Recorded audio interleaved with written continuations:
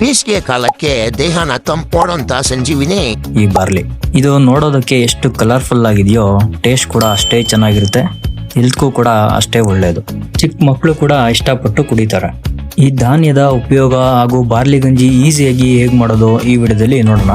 ನೀವಿನ್ನೂ salt and pepper YouTube ಚಾನಲ್ನ subscribe ಮಾಡಿಲ್ಲ ಅಂದರೆ ಆದಷ್ಟು ಬೇಗ ಸಬ್ಸ್ಕ್ರೈಬ್ ಮಾಡಿ ಅಂತ ಹೇಳ್ತಾ, ನೀವಿಲ್ಲಿ ನೋಡ್ತಿರೋದು ಬಾರ್ಲಿ. ಇದು ತುಂಬ ಜನಕ್ಕೆ ಪರಿಚಯ ಇದೆ, ಯೂಸ್ ಮಾಡಿರ್ತೀರ. ಹಾಗೆ ಇದು ಕಲ್ಸಕ್ರೆ ಎರಡೂ ಒಂದೊಂದು ಬಟ್ಲಿದೆ. ಬಾರ್ಲಿನ ಮಿಕ್ಸಿಲಿ ಪುಡಿ ಮಾಡಿದ್ದೀವಿ, ಬೇಕಿದ್ರೆ ಹಾಗೆ ಸಹ ಯೂಸ್ ಮಾಡ್ಬೋದು. ಮೊದಲು ಸ್ಟವ್ ಮೇಲೆ ಒಂದು ಪಾತ್ರೆ ಇಟ್ಟು ಅದಕ್ಕೆ 4 ಲೋಟ ನೀರನ್ನ ಹಾಕೋಬೇಕು. ಬಾರ್ಲಿ ಯೂಸ್ ಮಾಡೋದ್ರಿಂದ ವೆಯ್ಟ್ ಲಾಸ್ಗೆ ಹೆಲ್ಪ್ ಆಗುತ್ತೆ, ಹೆಚ್ಚಿನ ಫೈಬರ್ ಇದೆ, BP, ಶುಗರು, ಕೊಲೆಸ್ಟ್ರಾಲ್ನ ಕಂಟ್ರೋಲ್ ಮಾಡುತ್ತೆ. ಇದು ಸಾವಿರಾರು ವರ್ಷಗಳ ಹಳೆಯದಾದ ಒಂದು ಬೆಳೆ ಅಂತಲೇ ಹೇಳ್ಬೋದು. ನೀರು ಬಿಸಿಯಾಗಿದೆ, ಅದಕ್ಕೆ ನಾವೀಗ ಪುಡಿ ಮಾಡಿದ ಬಾರ್ಲಿನ ಹಾಕೊಂಡು ಹಾಗೆ ಮಿಕ್ಸ್ ಮಾಡ್ತಾ ಇರಬೇಕು. ಯಾವುದೇ ರೀತಿ ಗಂಟುಗಳು ಇಲ್ಲದೆ ಇರೋ ಥರ ಚೆನ್ನಾಗಿ ಮಿಕ್ಸ್ ಮಾಡ್ಕೋಬೇಕು.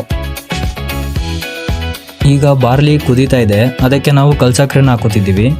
ಈ ಕಲ್ಸಕ್ರೆನೂ ಸಹ ದೇಹಕ್ಕೆ ಒಳ್ಳೆಯದು. ನಾವಿಲ್ಲಿ ಕೆಂಪು ಕಲ್ಸಕ್ರೆ ಹಾಕಿರೋದ್ರಿಂದ ಇದು ಇಷ್ಟು ಕಲರ್ಫುಲ್ ಆಗಿ ಕಾಣುತ್ತೆ. ಕಲ್ಸಕ್ರೆ ಹಾಕಿದ ಮೇಲೆ ಕುದೀತಾ ಇದೆ, ಇದಕ್ಕೆ ನಾವು 1 ಲೋಟ ಹಾಲನ್ನು ಹಾಕೋತಿದ್ದೀವಿ. ಈಗ ಇದು ಕುದಿಬೇಕು. ಬಾರ್ಲಿ ಗಂಜಿ ಕುದೀತಾ ಇದೆ, ಅದಕ್ಕೆ ಚಿಟಿಕೆ ಉಪ್ಪನ್ನು ಸೇರಿಸ್ಕೋಬೇಕು.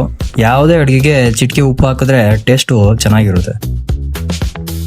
ಇಷ್ಟಾದರೆ ಆಯಿತು, ಕಲರ್ಫುಲ್ ಆದ ದೇಹಕ್ಕೆ ತಂಪು ನೀಡುವಂಥ ಬಾರ್ಲಿ ರೆಡಿ. ನೀವು ಒಂದ್ಸರಿ ಮನೇಲಿ ಟ್ರೈ ಮಾಡಿ, ಹೇಗಿತ್ತು ಅಂತ ಕಮೆಂಟ್ ಮಾಡಿ. ವಿಡಿಯೋ ಇಷ್ಟ ಆದರೆ ಫ್ರೆಂಡ್ಸ್ ಆ್ಯಂಡ್ ಫ್ಯಾಮಿಲಿಗೆ ಶೇರ್ ಮಾಡಿ. Thank you.